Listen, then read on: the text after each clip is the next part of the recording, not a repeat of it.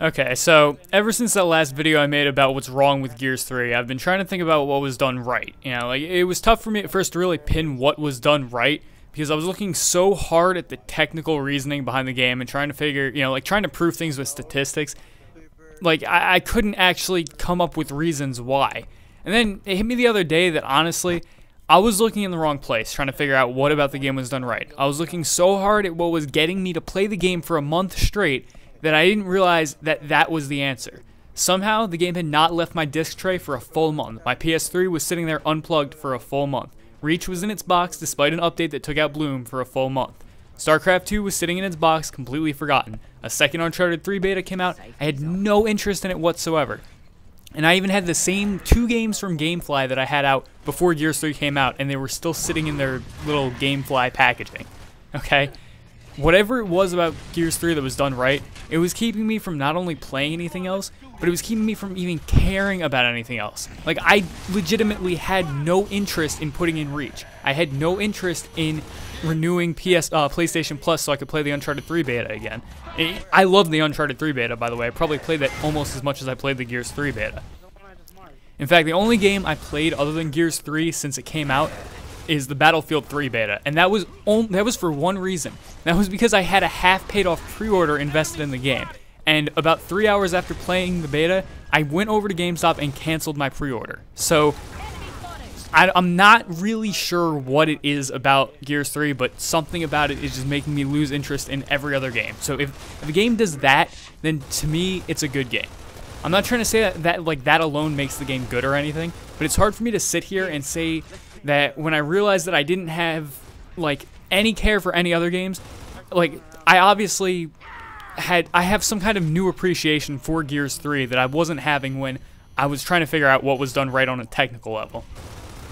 Like, at the same time, I'm not really that sure I can pinpoint exactly what it is that's making me attach myself to the game, but I mean, I don't know. I was sitting here writing notes when I was trying to just keep thoughts in line on what to talk about, and the TV show I was watching said, while I was trying to think of reasons, obvious and complex don't always go against each other, and I think that kind of explains my situation with this. I can't explain why I'm playing it so much, but it's obvious that the game is good because I won't stop playing it.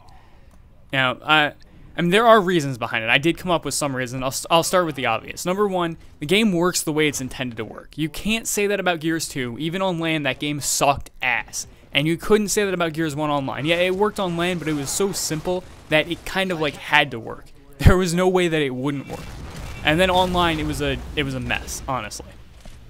And even though I disagree with some of the balancing decisions for Gears 3, it's really tough for me to sit here and say anything so ridiculous to the point where it kills anything else in the game, like how the Hammer Burst did in Gears 2. Like, the Hammer Burst at the start of Gears 2 compared to the Lancer was just, there was such a gigantic difference between the two guns. The Hammer Burst was so good, and the Lancer was really not good at all.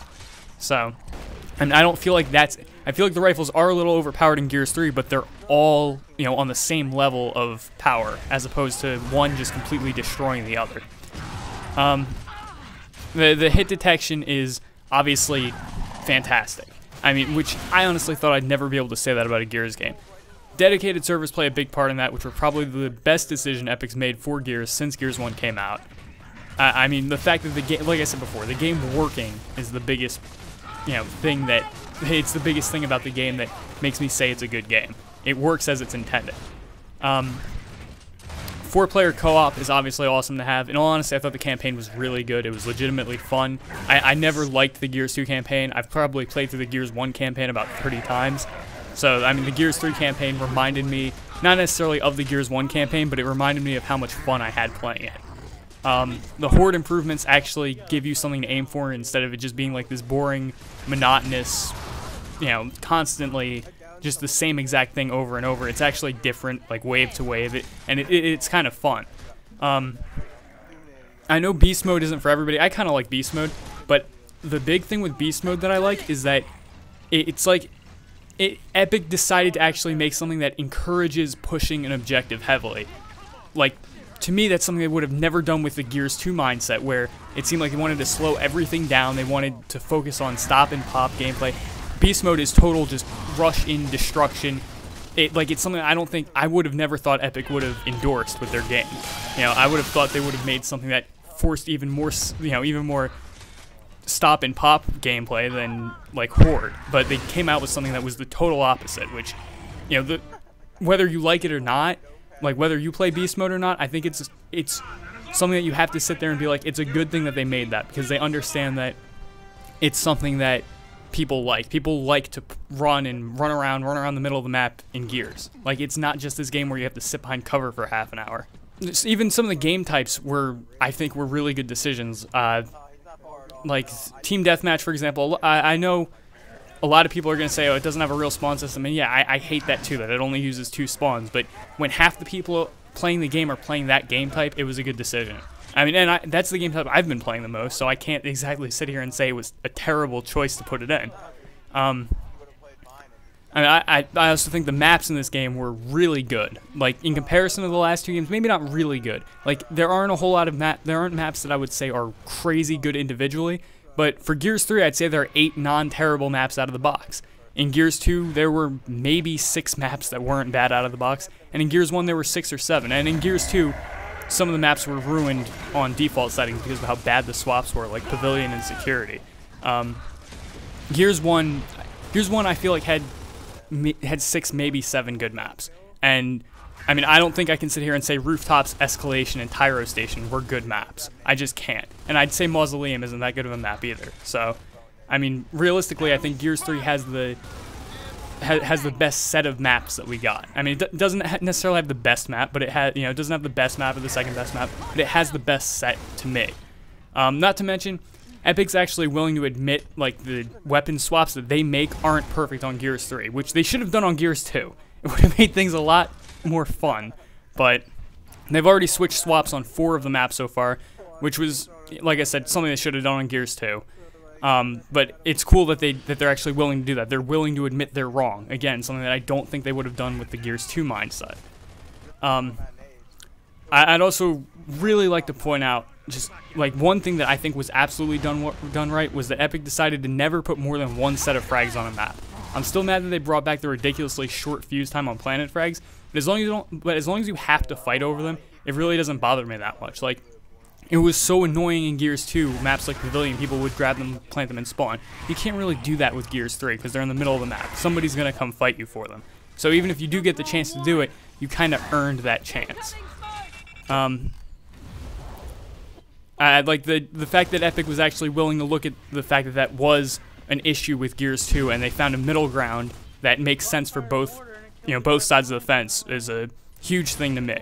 Because normally Epic will just take one side and run with it. I'm also really happy with how Epic's involved with changing the game a little bit, like these playlists that they're making. Even if I don't like something like Turbo Tag, I feel like if Epic keeps trying ideas, they'll get a better feel for what people are really like, what the people playing want to play, which is something I've always felt like Epic's been detached from. It's like they have one way of playing the game, one way that they want to play the game, and the way the game plays and the way the players want to play the game winds up being this totally different, completely opposite thing that Epic just doesn't understand. So anything that helps them understand, what kind of burns that bridge that connects those two parties, it's a huge help. Even if it's something stupid like boom shots and snipers that is borderline unplayable, at least they realize they can figure out why people don't like that or why somebody might or might not like that. I mean, I could obviously keep going on about what was done right. Like, I could talk about things like the soundtrack or things that, like the changes they made to King of the Hill, the hilarious chicken Easter eggs everywhere. But I feel like from here on out I'd be getting a little too specific. I'd go on for too long. The reasons wouldn't be all that deep or meaningful. It would just be, oh, I like this, I like that, I like this. But really, all I can say is overall, I'm happy with the game despite some of its flaws. Is it perfect? Not really. It's not even close to perfect. But it's probably the closest we've seen with a Gears game, and I really do think Epic's heading in the right direction with the game. I hate to say something like this, but with the way Epic's working on Gears 3, I think the next Gears game, whatever it winds up being, could really nail down almost every aspect of the game that needs to be ironed out. Unlike with Gears 2, though, while I'm waiting for that game, I have a Gears game that I can actually enjoy. So it's not like with Gears 2 I'm waiting 3 years and have an awful game and constantly going back to the last one. With Gears 3, I don't see myself ever going back to Gears 1 or 2 to play. Like, Gears 3 is that good to me. And you know, I like there's to me there's like hope for the next game that it's actually gonna be good as well. Never gotten that yet. Headshot death. Yeah, that's what I mean.